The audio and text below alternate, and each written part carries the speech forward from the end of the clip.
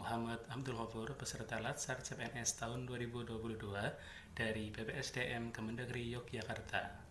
Dalam video saya kali ini, saya akan membahas tentang kasus Smart ASN. Sebelum kita bahas dan analisis, kita lihat video cuplikan berikut ini.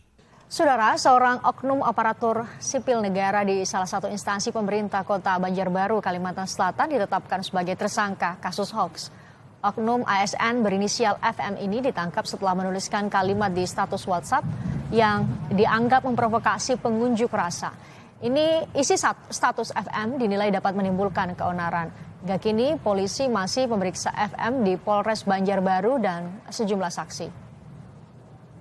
Untuk saat ini pada tersangka sudah kita lakukan pemeriksaan baik terhadap tersangka itu sendiri maupun terhadap para saksi-saksi, dan yang bersangkutan sudah ditetapkan sebagai tersangka oleh Polres Banjarbaru sesuai dengan perkara yaitu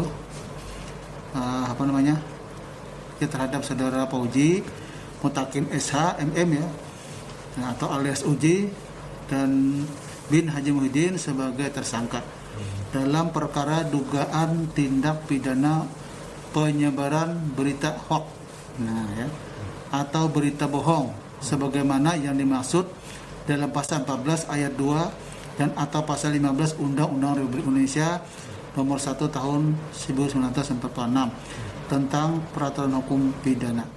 Marilah kita analisis bersama kasus dari Smart ASN tersebut. Penyebab dari kejadian tersebut adalah karena seorang yang terlalu tergesa-gesa untuk membagikan atau men-share sebuah berita, tidak dicek terlebih dahulu kebenaran dari berita tersebut. Ingatlah, saring sebelum sharing. Berikut adalah tips agar terlindung dari berita hoax yang bersumber dari University of West Florida pada tahun 2021. Yang pertama adalah evaluasi. Gunakan kriteria berikut ini untuk mengevaluasi sumber berita. Yang pertama adalah keterbaruan informasi. Yang kedua, relevansi. Yang ketiga, penulis. Yang keempat, akurasi atau ketepatan. Dan yang kelima adalah tujuan. Yang kedua adalah Google It. Jika menemukan sesuatu melalui media sosial, cobalah untuk mencari di mesin pencari informasi seperti Google terlebih dahulu. Cobalah telusuri apakah mesin pencari menunjukkan 3 hal berikut ini. Yang pertama, ada tidaknya situs berita terkemuka lainnya melaporkan hal yang sama. Yang kedua, ada tidaknya situs web cek fakta telah membantah klaim tersebut. Yang ketiga, jika hanya oknum tertentu yang melaporkan klaim tersebut, dalam kasus ini mungkin diperlukan banyak penggalian.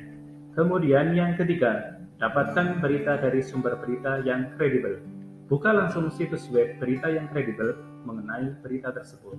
Dan yang terakhir adalah bedakan antara opini dan fakta. Opini sekarang banyak yang digunakan dalam sumber berita. Kita mungkin setuju dengan pendapat yang disajikan, atau penulis mungkin hanya mengaktualisasikan fakta. Demikian analisis saya tentang kasus Smart ASN dan tips bagaimana cara melindungi diri dari berita hoax. Semoga bermanfaat. Tunggu video lainnya dari saya. Terima kasih. Assalamualaikum warahmatullahi wabarakatuh.